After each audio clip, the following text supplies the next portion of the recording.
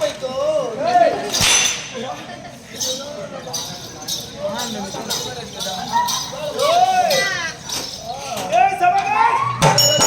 என்னுடைய நாட்டின் பெயர் என்ன தெரியுமா?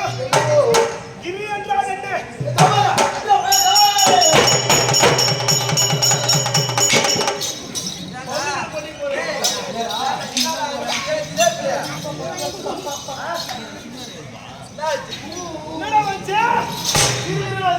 கிரி என்றால் மலை. உன்னை பார்த்து வந்து வாய் மாட்டி மாட்டிச்சு போய்யா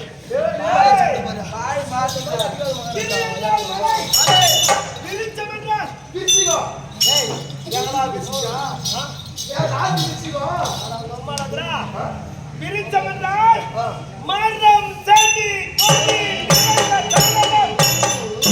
அப்படி ஒரு மலை நிறைந்த கணத்தின் பெயர் கிரி விரிச்சமட்டினம். அப்படி கிரி விரிச்சமட்டினத்தை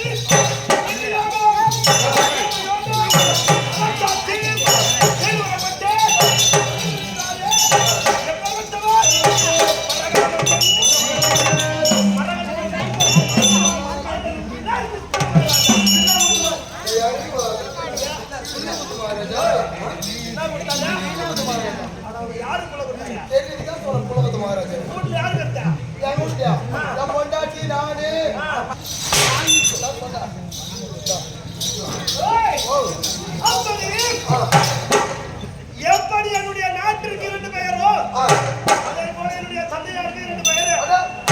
அவருடைய பெயர் வடமொழி எழுத்தின பையா வடமொழி எழுத்து பிள்ளை குத்து மகாராஜா அல்லது மரகத மன்னன். அப்படி இருக்க தாரமா ஒரு தாரத்தை திருமணம் செய்தார். முதல் தாரம் திருமணம் செய்தார். கற்பிணியை திருமணம் செய்தார். உடம்பு மீறி முறை போடுங்க. கற்பிணியை திருமணம் செய்தார். கற்பிணியை திருமணம் செய்ய அந்த கற்பிணிக்கோ சிலது நாட்கள் ஆகிய பிறந்த காலமாகியும் குழந்தை என்பது கிடையாது. என்ன செய்வது? கற்பிணியின் தந்தையாகிய பொற்படி இருக்கிறார். அந்த பொற்பினை அழைத்து என்ன செய்தார்? இப்பொழுது தந்தா நீ என்னுடைய கணவரை திருமணம் செய்து கொள். என்னுடைய கணவரை நீ திருமணம் செய்து கொண்டால் குழந்தையோடு பிறந்தால் நம்முடைய வம்சம் செழிக்குமே.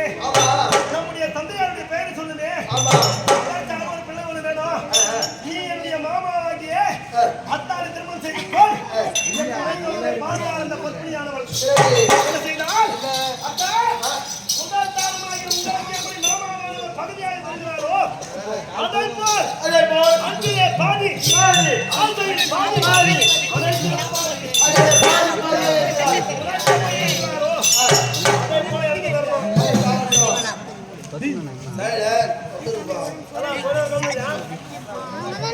ஒரு மணி நேரம் நமக்கு ஆயுள்